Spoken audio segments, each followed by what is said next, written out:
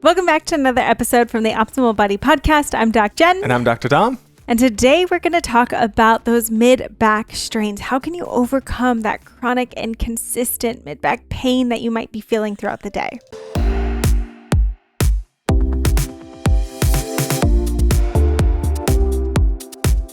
Now, before we talk about our recommendations, what research says, what exercises you should do, and what you should really be focusing on to overcome it long-term. I mean, if we're talking about chronic pain, we're talking about long-term relief, right? That's what we do on this podcast. We want to hear from you. Have you had this thoracic or mid-back pain kind of pop up here and there? Chronic doesn't have to mean all the time. It could mean it comes and goes, but it's chronic, it's consistent, it's always there.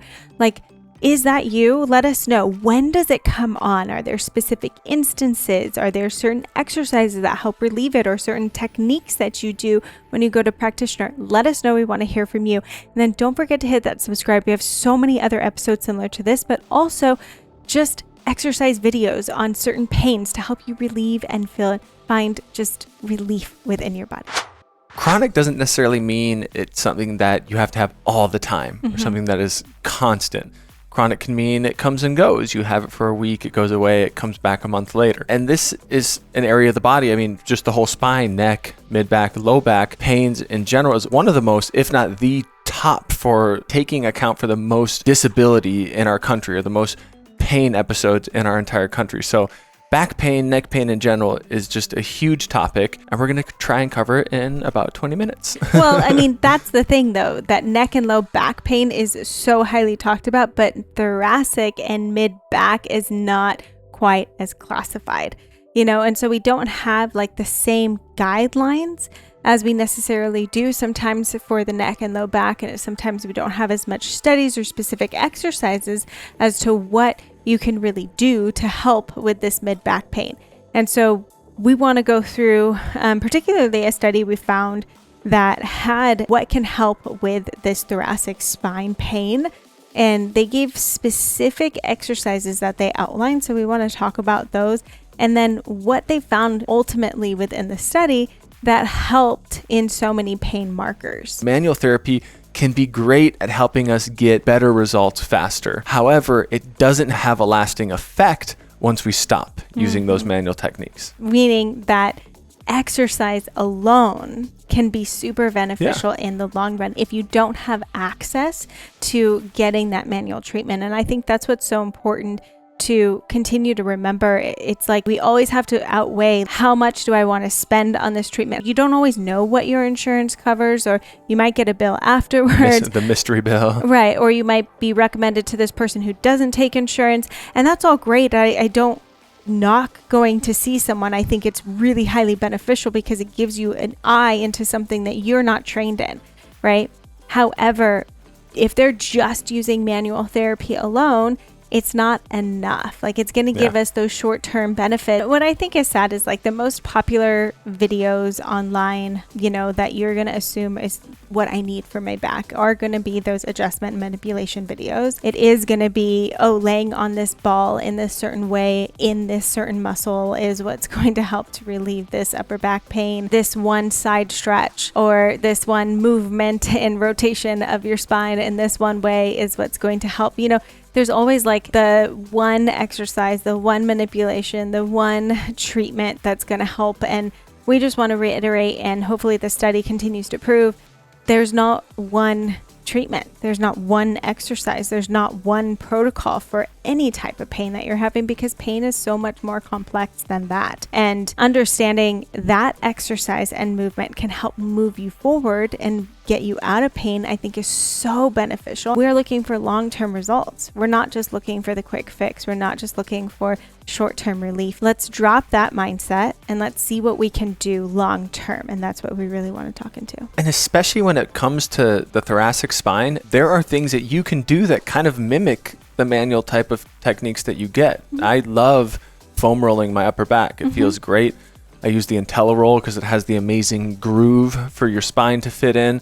And I get on that and do some different extension work. I do a couple techniques that can help mimic kind of a thoracic manipulation. I get some cracks in my spine. Then is when the exercise comes in and the movement comes in. Some of my favorite things to do when it comes to the mobility side of things is the open book. It's one that we talk about all the time to get that thoracic rotation in. Rotation is something that we see neglected throughout people's days because of this forward and back world that we live in, the sitting posture, the driving posture. We're not doing a lot of rotation. So getting in that open book to get some thoracic rotation in. What's that one called against the wall? The elbows? I don't know. That one's tough. Yeah, it's a tough one to do. It combines thoracic side bending and rotation, similar to the exercise they do in the study. It has that side bending in it. You're essentially kneeling next to the wall, doing these rotations with your hands behind your head and elbows out to get a combined rotation and side bending. And extension. It works you through all ranges of motion of the thoracic spine. And if that's tough, then you can always sit at the wall and do the side bending like they do in the study. Just getting the movement. Just rotating, just getting some active rotation. You can even sit at your chair taking breaks. We've talked about this so often. Taking a break every 30 to 60 minutes and sitting up. Maybe you place your interlace your hands behind your head and do some opening in that upper back, and then you rotate from that upper back. Like, how can I break up my day more often so I'm not in one position all the time? And that's where we see it's the repetitive nature of what we do is typically how we end up in pain. And so how can I mix up what I've been doing so that I'm doing something different all throughout the day? And this can mean that even getting up and going, this always feels best for me, but getting up and going on a walk first thing in the morning. What do we get when we do walking? We get thoracic rotation. Every step that you take, your arms are working opposite of your legs, right? And we get this gentle rotation through the upper back. So we're already starting to lubricate and get movement of the upper back. We're usually hopefully not looking down at our phones. We're looking up at nature or what's in front of us. And so we're getting more of this upright posture, breathing, relaxation in nature. And so it's all like walking is so beneficial. That's one of the most beneficial exercises I feel like you can do for your entire brain and body. And so that alone can help to make improvement if you're being more mindful of how am I taking breaks and can I get a 10-minute walk, a couple times throughout the day. And just getting outside for a walk, or if there's somebody in your neighborhood or a partner that you can walk with, it adds that rapport. It starts typing in these new messages of, I enjoy doing this. We're getting endorphins, we're getting sunlight. And those things long term over time can really help rewrite some of those chronic and persistent pain patterns that have been typed in, because we're not idiots. We know that chronic and persistent pain is beyond just doing a few exercises a day. That's what the research shows. That's what it's shown, that having a multi-directional approach that touches and takes into account all of our areas of life is most effective. Exactly. And so we have to address, are we getting sleep? How is our sleep environment set up? How can I change my sleep environment? Do I need more pillows around me to provide support so that I feel more comfortable? Do I need to put my phone in a different room so that I'm not distracted and I can, go to bed? How can I set up my environment a bit different so that I can set myself up to try at least getting better sleep? A lot of times, we feel like we fall victim to these things. I don't sleep well. I don't hydrate. I don't do this. I don't do that. And it's like, okay, what small thing can I change that can create a different impact? Because this all plays a role on our nervous system. If I'm not sleeping well, if I'm not hydrating, if I'm not getting good nutrients, if I'm not talking to friends, if I'm super stressed at work, this is all having an impact on my overall nervous system, which is going to increase our sensitivity to pain, period. And so, especially when we're talking about chronic and consistent pain, reiterating what Dom said, it's not just about the movements, but we have to take into account everything. And it's hard when you're already in pain and you already have so much going on in life. It's hard. We're not saying that this is easy by any means, but we're saying, okay, here's some movements that you can try open book first thing in the morning, and then get up at your desk and try to rotate. Do a wall pec stretch, a wall rotation stretch. There are different things that we can do to break up our day. Take a walk during lunch after you eat. Take a 5 to 10 minute walk before you go back into your work day.